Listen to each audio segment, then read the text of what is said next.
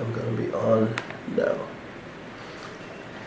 I'm interested in your thoughts about what influences your beliefs, behaviors, feelings as someone who is involved in the care of patients.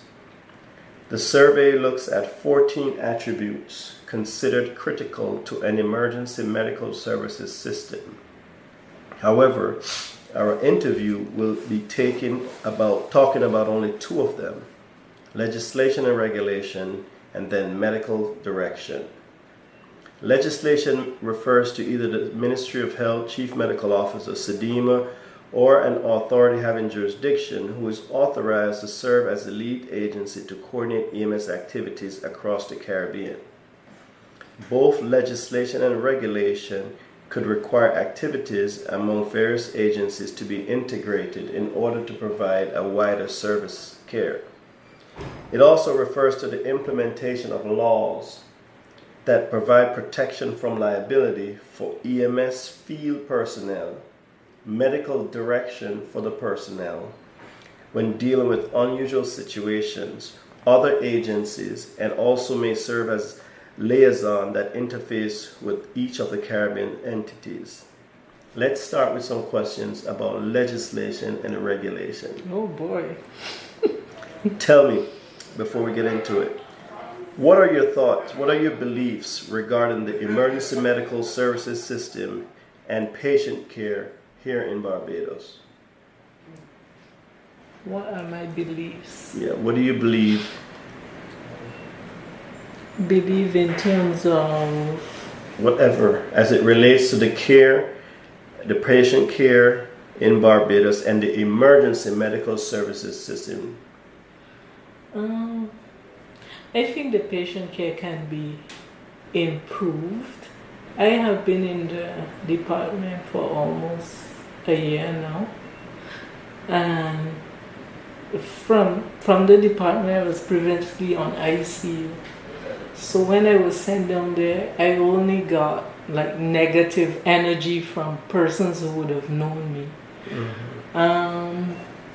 I think that the wait in terms of a patient being triaged and seeing a doctor, it's too long. Mm-hmm. And sometimes the patients get really aggressive and very impatient. But it's warranted in some cases because they do have to wait really long to see a doctor. Okay. What do you believe is the role of legislation and regulation in terms of pre-hospital EMS providers in Barbados? I am not sure. No problem. Not sure in regards to that. Okay. So when we talk about legislation, meaning liability, medical direction, and so on and so forth, do you believe that legislation and regulation are important to the success of pre-hospital service delivery or patient care in the pre-hospital? Possibly, yes. Okay. How do you think they could impact patient care, legislation and regulation?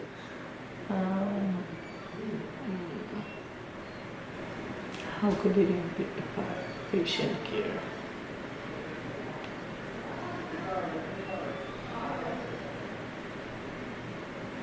Do you believe it could impact it in any way at all? If there was legislation and regulation that you might be aware of or could be created? Legislation in terms of protecting the patient or protecting the EMS worker? Legislation kind of refers to the implementation of laws that provide protection from liability for the providers. Okay, for the providers. And yeah, I think there could be an economic impact to it. Okay. Do you think that... Go ahead. Somewhat, yeah. No problem. Do you think that there's some things that influence how A&E nurses or the doctors or even the providers feel about EMS? You think there's some things that... What are some things that could influence how they feel? In your mind? The belief system? Belief system. How about how your they're cultured. okay, okay. So how about your feelings towards legislation and regulation for EMS people across the Caribbean? What do I feel about it? Mm-hmm. I think it should be implemented. I think it would be, how would I say, a standardized thing for the region. Okay.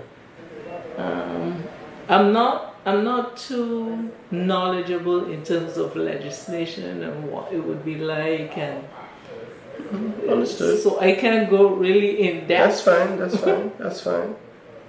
Would you characterize your feelings as negative, indifferent, or positive about issues about legislation and regulation?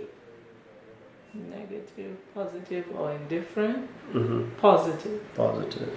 And why you feel this way? I don't know, because I see legislation as something that is standard. I see it as something positive. Mm-hmm. Because it would serve as a guide. Mm-hmm. For these pre-hospital people? For or? the pre-hospital, they would know, these are the standards for certain things, this is the protocol and such. Understood. Right? Okay. So generally speaking, you think it's a positive influence or a negative, and you think the providers would behave, legislation will help them behave positively or negatively? I think it would help them behave positively. Okay. Now let's switch gears and talk about some medical direction. Okay? Medical direction refers to each country, Caribbean country, having a qualified EMS medical director. One who oversees the EMS system and provides guidance to the pre-hospital EMS providers. It refers to the appointment of an EMS medical director sometimes for each Caribbean country.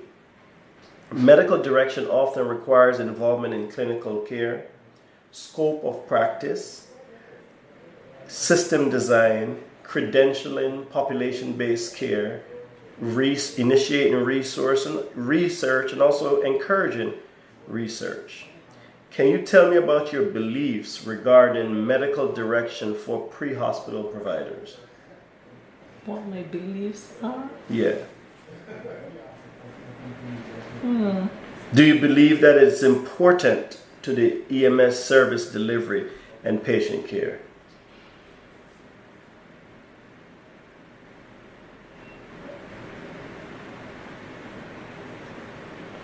As it stands, they don't have that post, do they? No? I don't know. You tell me. If you don't know, you don't know. It's okay. I don't know. You I don't don't know if that post exists. Okay. So the question really should probably say, do you believe that EMS medical direction is important for pre-hospital providers? How about that question? Yes. Okay. And how do you think that having medical direction would impact patient care?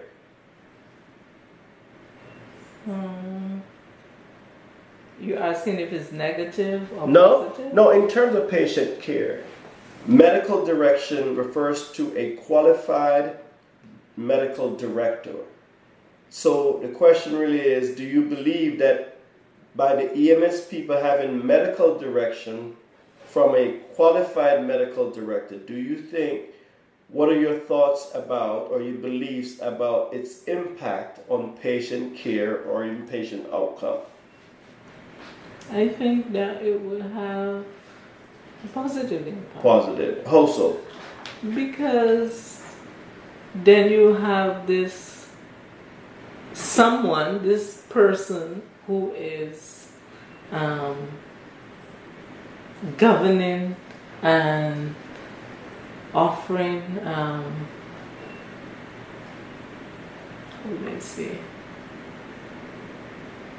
You have this person who is at the top hierarchy, giving authority on how to proceed with protocols and how to maintain standards, and I think at the end it would impact positively because the EMTs would have, as I said, a certain standard to follow. Because if you don't have any standards, you kind of do whatever you like. So your feelings about issues involving medical direction, do you feel that you characterize your feelings as negative, indifferent, or positive? Positive. Positive. Do you have any specific scenario, for example, where when these feelings came about? Scenarios how? So you said you feel like it's positive, medical direction is positive.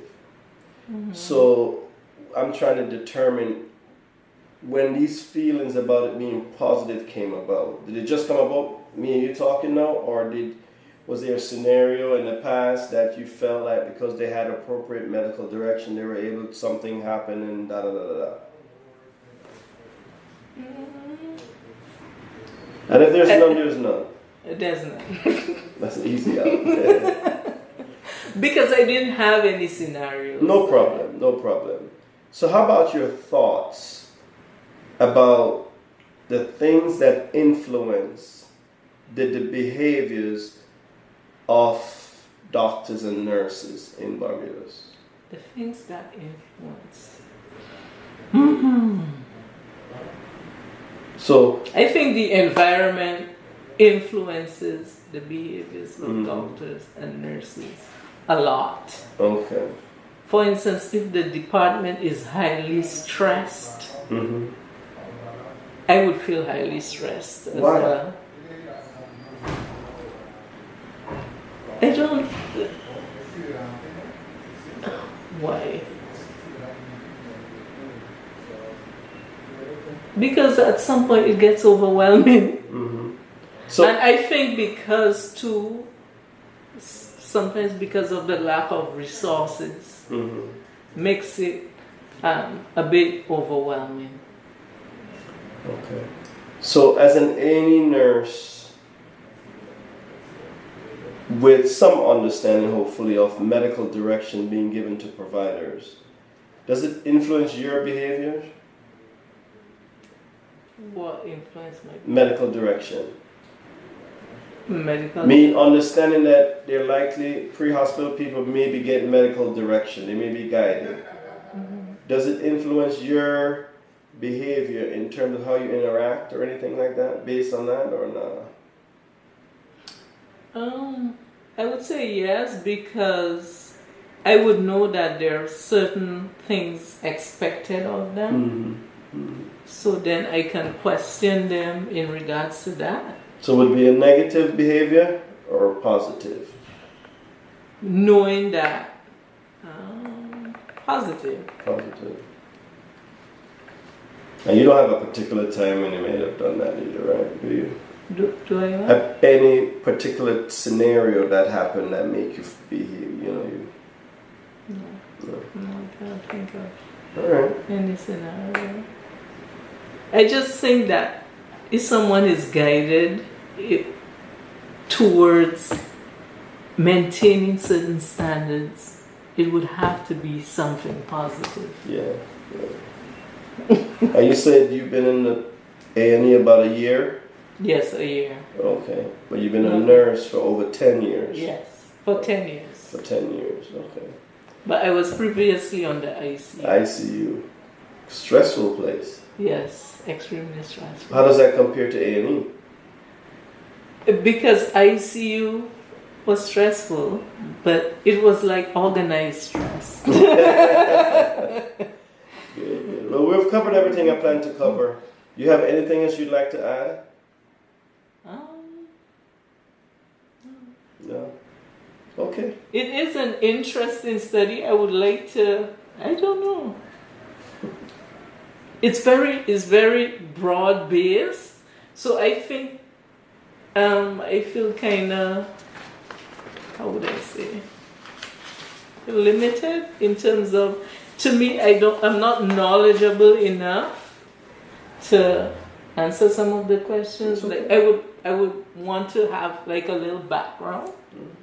If you understand what I mean. I understand exactly. But thank you. I'll stop the recording.